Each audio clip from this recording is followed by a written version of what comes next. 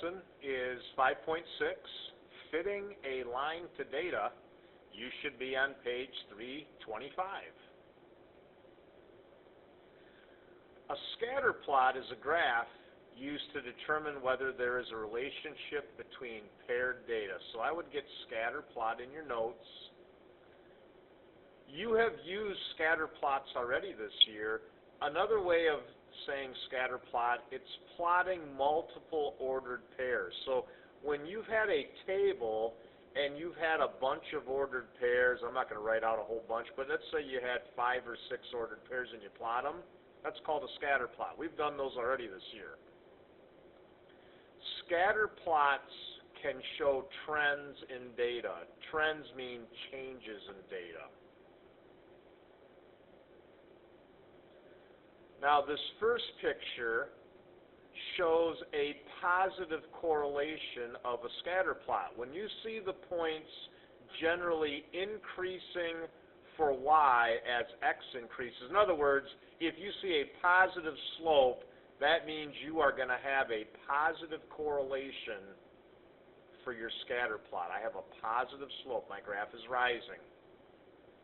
A negative correlation is when you have a negative slope to your scatter plot. Like you can see this line here basically is dropping from left to right. That would be a negative correlation. And finally, if you have points just scattered in no apparent order, there's no relationship. These are just a bunch of points all over the place.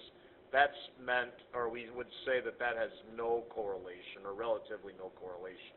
So we could have a positive correlation, a negative correlation, or relatively no correlation when you create your scatter plot.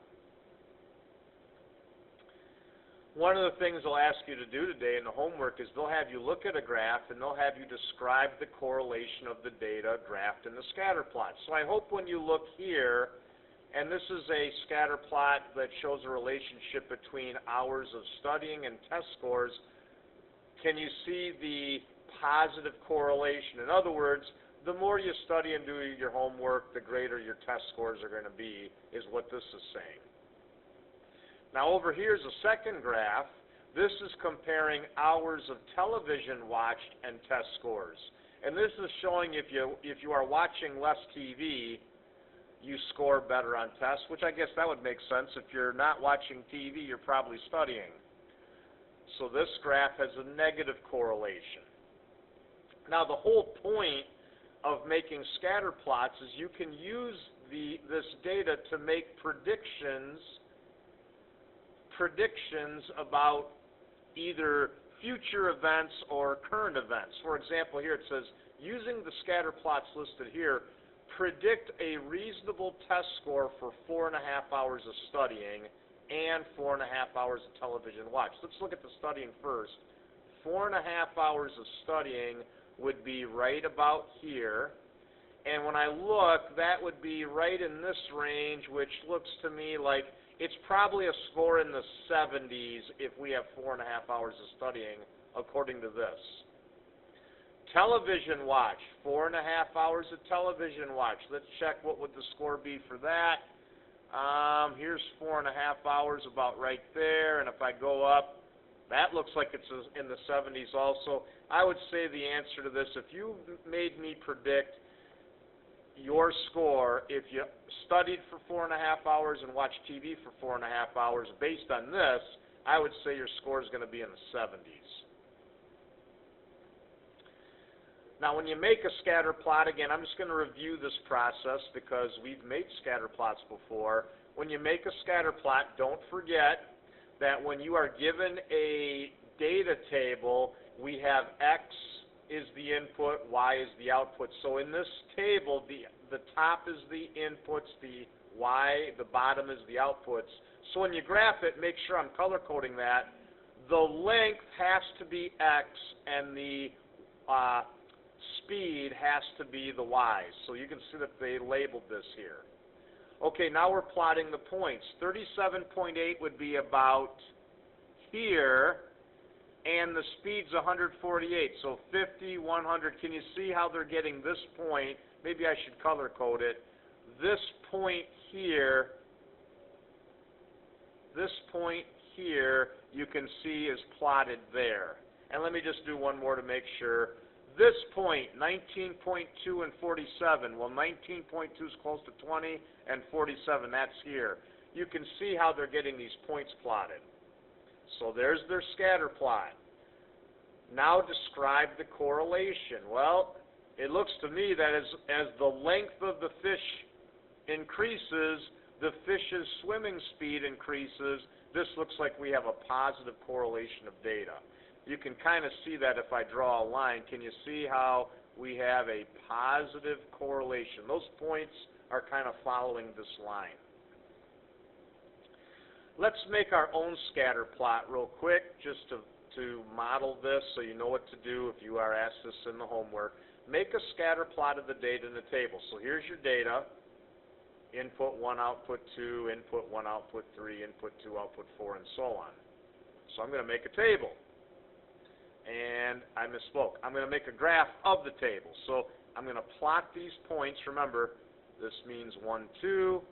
We have 1, 3, 2, 4, and so on. So on the next screen, I just plotted all those points. If you need to pause the video and verify my points, like the last entry on the table was 6, 8. You can see 6 over 8 up. And now the next question, what type of correlation do I have on the of this data? It's definitely a positive correlation. Can you see how this data is kind of following an upward trajectory? Okay, so it's a positive correlation. Now, when you model data, when data shows a positive or negative correlation, you can model the data, you can model the trend using what's called a line of fit. On my last slide, you could see I was modeling my data with a line. A line of fit means it's a line that generally describes the data you plotted. Like this line would be a general description of the data that was plotted. Now, how to use a line of fit to model data. There's 4 steps. The first one we've covered, make your scatter plot. Okay, that's pretty basic. Next, decide whether the data can be modeled by a line. In my previous example, you saw that, yeah, it could. It's a positive correlation. Okay.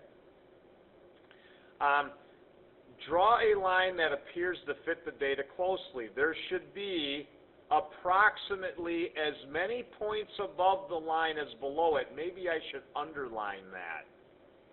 Okay, so when you draw your line, you're kind of trying to draw it through the points. There should be about an equal amount of points above and below your line. So look at my line that I drew in my last screen. I have 1, 2, 3, 4, 5 points above and 1, 2, 3, 4 below. That line is a pretty decent description of the data. And then the final thing, write an equation using 2 points on the line. That's an important thing. Maybe I should put a little star next to that. You got to pick 2 points on your line. The points do not have to represent actual data pairs, but they must lie on the line of fit. So let's write an equation using 2 points for my line. Now you notice none of the data that I plotted was actually on my line. That's okay. All right, so let's pick 2 points on my line of data. I'm going to try to be as precise as possible, and actually let me extend my line of data farther so I have more choices. So I'm going to add on to this. I'm just going to extend it in both directions. So here's that, and let me go in the other direction here. So I've just extended my line. Now I have to pick 2 points on this line and write an equation. So I'm just looking for 2 nice points that I can actually use. So that's why I extended my line out. This point looks to be exactly -7, -6. So I'm going to use that point, and I got to find one more. The next point I'm going to pick is here. I'm going to have to estimate it a little bit. It looks like it's 0, and I'm going to call it 1.2. All right, I have to write an equation. Well, I'm going to start off in point-slope form because all I need is slope and my points. Let's get my slope. My slope would be 1.2 minus negative 6 for my y's and 0 minus negative 7 for my x's. My slope is 7.2 over 7. And I just put that in my calculator and use the math and fraction key. That's 36/35. That's the slope of this line. So let's write an equation out. My slope is 36/35. Let's pick a point. I'll pick that point. So I have y plus 6 equals 36/35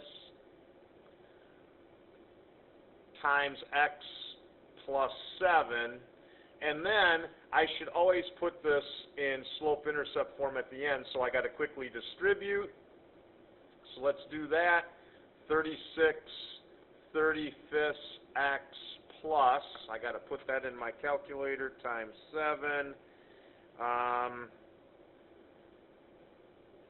36/35 times 7 is getting me 7.2, and then I'll take away 6, and I have y equals 36/35 x plus 1.2. There's my equation of this line. This is the line of best fit.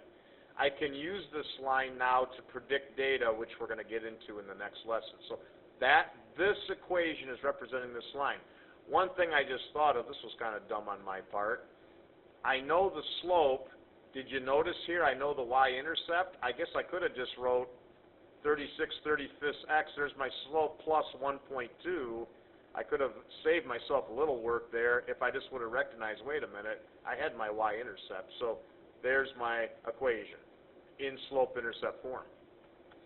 So they will have you follow that process today when you are writing an equation to model data. So in this sample problem, they show you some data for the DeSoto National Forest in Mississippi. The data shows the year and the active red cockaded woodpecker clusters, which I'm not sure what that is, but anyway, that's the data here. So we have active clusters in year of this woodpecker data in this national forest.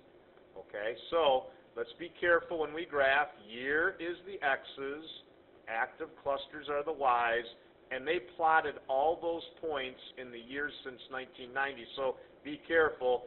1992 means year 2. That's why in year 2 they have about 22 clusters. Let me just kind of highlight that right here. So this point is here, for example, and they plotted all those points, and you can see these dots, all the scatter plot there.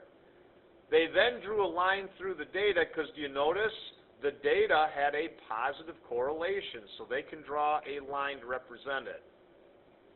Okay? Now we have to write an equation. So they needed 2 points on this line.